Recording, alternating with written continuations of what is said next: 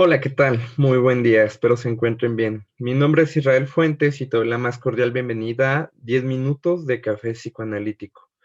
El tema que vamos a abordar el día de hoy es la discapacidad y su relación con la familia. Cómo de cierta manera la dinámica familiar puede cambiar a través de la discapacidad y sobre todo cómo se sostiene una forma la angustia que se manifiesta a través de las heridas narcisistas.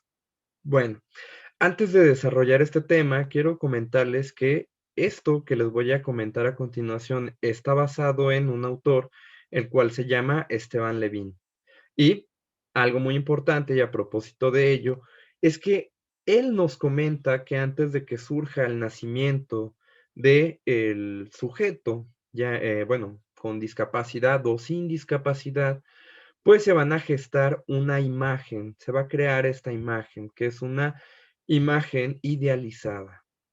Esta imagen idealizada va a servir para que se comiencen a depositar anhelos, sueños, angustias, frustraciones, proyectos, que el síntoma, etcétera.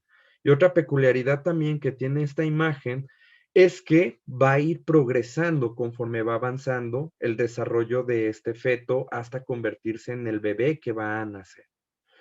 Como dato muy importante, al principio, cuando surge esta imagen idealizada, es cuando empiezan a depositarle, por ejemplo, cómo quieren que se llame. Otra característica peculiar que corresponde es de que quiero que tenga tal y tal característica que se me ocurre, no sé, que tenga y salga con, no sé, con la forma de la nariz del abuelo, de la abuela, o el tipo de ojos que predominan de nuestra familia, etcétera. Únicamente características, ¿sale? Conforme va avanzando esta misma imagen, se va a contemplar una forma manifiesta de depositar proyectos. Proyectos los cuales designan de, ya se lo están imaginando cuando acude, por ejemplo, a su primer día de clases, cuando va, ingresa a primaria, posteriormente a secundaria, cuando ya está teniendo, no sé, el acercamiento con algún trabajo, con quiero que estudie tal carrera o que se dedique y tenga tal oficio, etcétera. No deja de estar esta forma presente. Y también, pues, imaginarlo cuando se encuentra ahí jugando con sus compañeritos de por la colonia, que sus familiares, o con sus compañeritos de la escuela, etcétera. Si nos damos cuenta, la gran mayoría de los casos lo imaginan como un niño normal. Y ojo, porque lo pongo entre comillas, dado de que lo normal y anormal es bastante subjetivo. Pero bueno, ese es otro tema, ¿sale? La importancia de conocer este concepto de la imagen idealizada viene siendo precisamente porque va a entrar en choque con otra imagen, lo que viene siendo la imagen real. Y para ello les quiero compartir lo siguiente.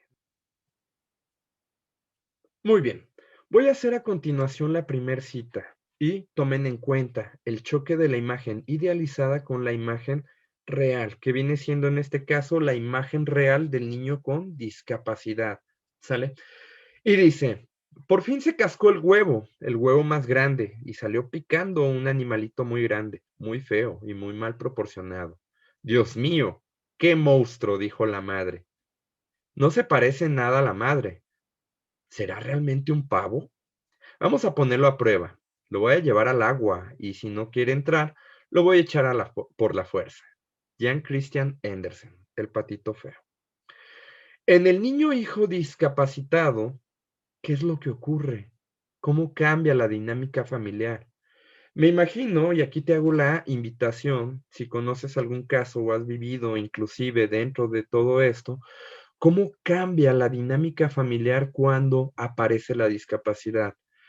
Y me voy a adelantar bastante. Esteban Levin plantea que existen tres caminos, pero desde este momento podemos comenzar a plantear de la familia de repente, si era un momento que acudían a la plaza o con otros familiares en fin de semana, comienzan a reservarse. O inclusive si tenían contacto con las amistades, de repente pues aparece en esta forma de, ay, es que nació de esta forma porque y aparecen N cantidad de justificaciones. Esto para nosotros nos ayuda porque a través de ello estamos reconociendo o no si existe una forma manifiesta de duelo o no duelo dentro de aquella imagen idealizada que siga persistiendo todavía y que predomine en comparación de la imagen real que se tiene contemplado. Pero vamos explicándolo. Cuando el niño nace y muestra una discapacidad visible en la gran mayoría de los casos, que quiero hacer aquí una pequeña acotación, se logra suscitar en el nacimiento, pero también un poco antes del nacimiento a través, y claro está, del avance de la medicina, y se me ocurre, de un eco en donde el médico dice, señora, su hijo viene con puntos suspensivos. ¿Sale? Esto pondrá en tela de juicio dos aspectos fundamentales. Por un lado, el choque del cual les he estado hablando de la imagen idealizada con la imagen real, y por el otro lado, cómo los padres van a volver a resignificar las fantasías que ya tienen establecidas. Existe en algunos casos que el nombre que han designado es para ese hijo idealizado.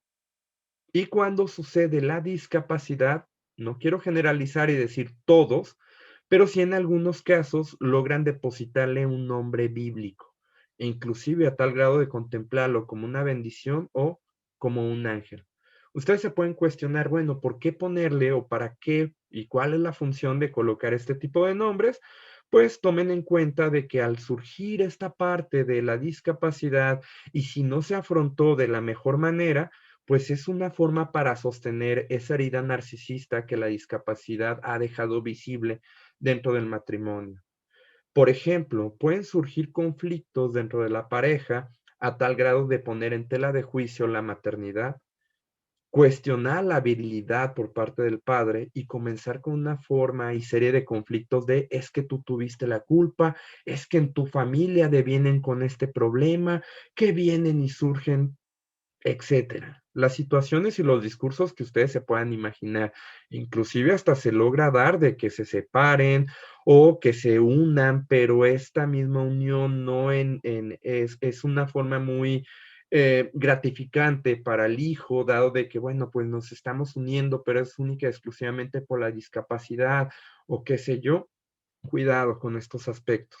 Bien, estos puntos los vamos a ir clarificando cuando veamos los tres caminos dentro de los cuales les he estado mencionando. Para ello, hay que comenzar a contemplar y determinar de que todos en automático vivimos en falta. Esta falta dentro de lo cual nos motiva y nos impulsa para cubrirla precisamente. Y la cuestión aquí es cómo o con qué cubrimos la falta, con qué objetos vamos cubriendo esa falta. Y bueno, algo que caracteriza a la gran mayoría del ser humano con o sin discapacidad viene siendo que ante cualquier fenómeno nosotros designamos y colocamos un nombre. Este nombre para que aquel fenómeno desconocido comience poco a poco a ser conocido para nosotros. Esta es una peculiaridad muy característica de todos nosotros. Un ejemplo, y ojo, no tiene que ver con la discapacidad, sino para que lo vayan entendiendo. Imagínense en aquellos siglos atrás, con las primeras civilizaciones, cuando contemplaban, se me ocurre, la erupción de un volcán, un tornado, la lluvia, qué sé yo. Pues bueno, ellos para de cierta manera tratar de sostener eso innombrable, pues tuvieron que construir, y es un ejemplo para que no se me vayan a confundir y pues desviar del tema principal, pero ellos, para que ese fenómeno se vuelva conocido, construyeron deidades. ¿Para qué? Pues para rendir un culto y pues enmendar esta situación, ¿no? En la actualidad lo podemos situar y aquí les comparto algo que vi a través de redes sociales. Me imagino es un video que ustedes también lo llegaron a ver y son dos o tres chicos que se encuentran en la madrugada y están ahí con una bocina grande, ¿no? Los chicos juegan la broma de que van a caminar por toda la cuadra y ponen el sonido de La Llorona y entonces están ahí caminando y se oye, ay, mis hijos y todo esto, ¿no? Y pues los otros chavos ahí riéndose, ¿no? Al día siguiente estaban preguntando y mucha gente pues daba su punto de vista para precisamente ese fenómeno desconocido volverlo conocido y que no sea angustiante. Y algunos decían, no, es que se apareció la Llorona, otros, no, que fue una broma, y otros tantos de, no, y es que fue un fantasma o qué sé yo. Cuando en realidad, pues se trataba de dos chicos haciendo una broma, simple y sencillamente. El punto importante es para designar ese nombre y que el fenómeno se vuelva conocido. Y regresando de nueva cuenta a la discapacidad, además del nombre bíblico o de contemplar como una bendición o como un ángel, la familia comienza a alienarse y ojo, menciono la familia en general, incluyendo los objetos primarios como al hijo con una discapacidad, comienzan a alienarse ahora con otro discurso, el cual es el discurso pero del médico, de aquel que ha descubierto a ese niño, de aquel que le coloca precisamente el diagnóstico. Y no me malentiendan, no quiero que se torne una situación de, entonces está mal que tenga un diagnóstico. No, pero lo caótico de todo ello y para sostener es angustiante es que ese niño discapacitado se vuelve una holofrase, como lo contempla Esteban Levin. O sea, no hay una separación. Esto es metafórico. No hay una separación y dentro de lo cual todos sus escenarios, todos los lugares a donde va a acudir, va a hablar precisamente de la discapacidad, incluyendo tanto al niño como a la propia familia. Ejemplo, se me ocurre que van a una fiesta, un bautizo, y están todas las madres ahí, conviviendo, están ahí platicando, hablando de sus trabajos, hablando de cualquier situación. Y cuando de repente la madre que tiene al hijo con discapacidad va a hablar acerca de la discapacidad. Es un hablar, es una necesidad de que el otro me escuche, de que el otro me entienda, de que el otro me comprenda, de que el otro de cierta manera sostenga mi angustia. No quiere decir de que esto esté y tacharlo o tildarlo así como de eso está muy mal y no. Pero aquí lo importante es de reconocer de que eso, justamente eso, lo fraseado, que no se vaya a todos lados. Ocurre de igual manera con el chico. Cuando se presenta, se me ocurre, en alguna situación, un escenario, y de inmediato adjudica su propia discapacidad.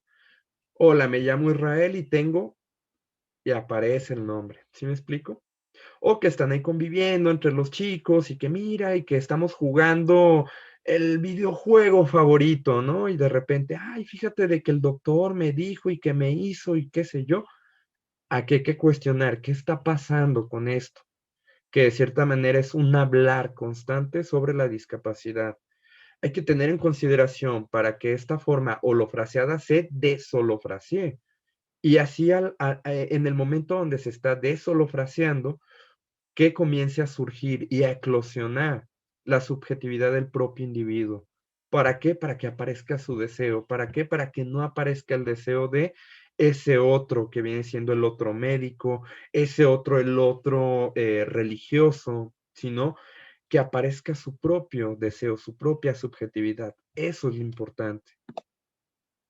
Y bueno, los caminos de los cuales les había comentado vienen siendo tres que menciona Esteban Levin, y si lo quieren comenzar a contemplar, aquí viene justamente lo fraseado que les menciono de hijo discapacitado, o sea, no hay una separación tal cual.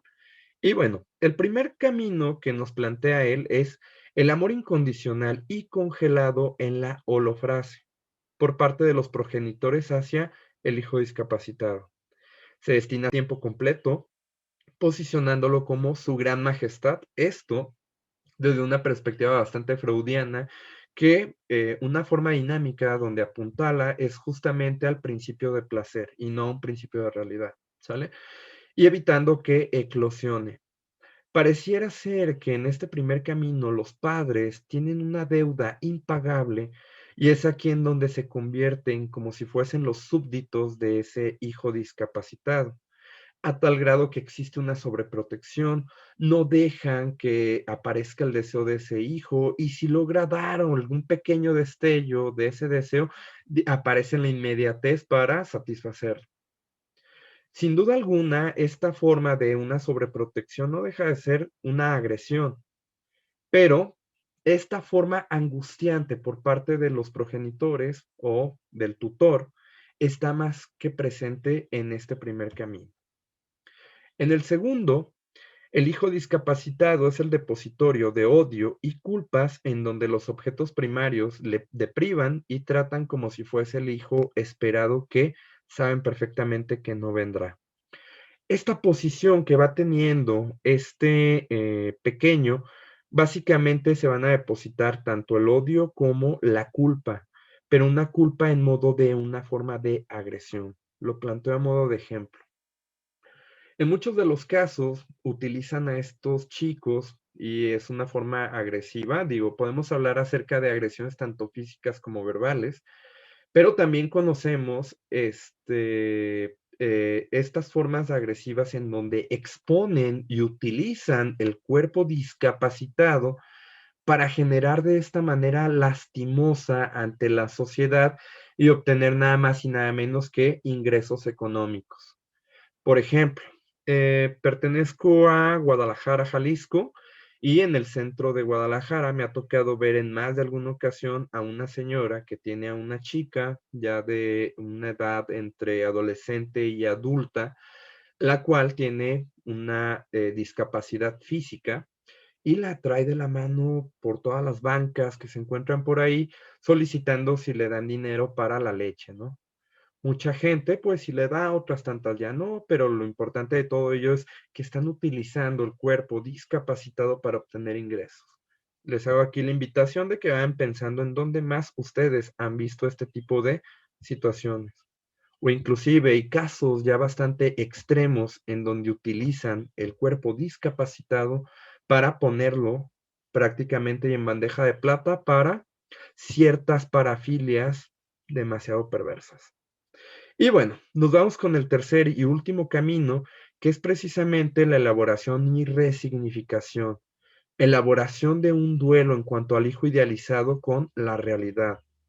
Ese hijo idealizado no va a venir, no le toca este lugar y esta es una realidad. El hijo con discapacidad, el hijo al cual definitivamente no es el idealizado, pero es un hijo. Hay que tratarlo, hay que atenderlo, hay que cuidarlo, hay que criarlo como si fuese otro hijo dentro de nuestro árbol genealógico, que va a tener otro tipo de cuidados, atenciones, definitivamente, o educación, definitivamente.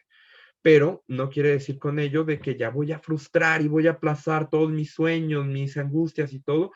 No, sino que se está aceptando tal cual la discapacidad. Y esto no quiere decir que que se desconozca o no se hable de la discapacidad, sino al contrario, que logran desolofrasear, que logran de cierta forma determinar en qué momento sí se habla, en qué momento no se habla, en qué momento es Juanito con su familia, en qué momento es Juanito en la escuela, en qué momento es Juanito con el rehabilitador, en qué momento es Juanito con el médico, etcétera. Sí logra hacer esta distinción, ¿sale? Y bueno, este tema es un pequeño fragmento de una de las clases que se imparten en el diplomado en discapacidad y es justamente una cita de este Esteban Levin en su libro Discapacidad Clínica y Educación, Los niños del otro espejo. Primera edición, Buenos Aires, Nueva Visión. Y pues no me queda más que agradecerles y hacerles también la invitación, aprovechando el espacio, al diplomado ciclo A. Digo, hay dos diplomados, el A y el B. Estamos por inaugurar el A, el cual es el 3 de marzo del año 2021 y va a finalizar el 19 de mayo. Es discapacidad desde el psicoanálisis y también quiero hacer aquí una pequeña acotación que en este diplomado no es una forma de que no, si tú ya trabajas con otros enfoques, déjalos de lado y trabaja únicamente con psicoanálisis. O si ya tienes técnicas que trabajas de otro lado, trabaja únicamente con psicoanálisis. No, al contrario, se puede hacer un trabajo multidisciplinario y es más nutricio. Y bueno, mi nombre es Israel Fuentes Villagómez, soy el coordinador de La certificación especializada en la estructura perversa y también del diplomado en discapacidad desde el psicoanálisis. Y te hago también la invitación a que me sigas en mis redes sociales, el cual es Instituto Psicoanalítico de las Perversiones. También logras, te invito también a que visites Café Psicoanalítico y Unifreud México o Unifreud Guadalajara. Muchas gracias por haber estado aquí y nos vemos en otros 10 minutos de Café Psicoanalítico. Cuídense mucho, les mando un fuerte abrazo. Saludos.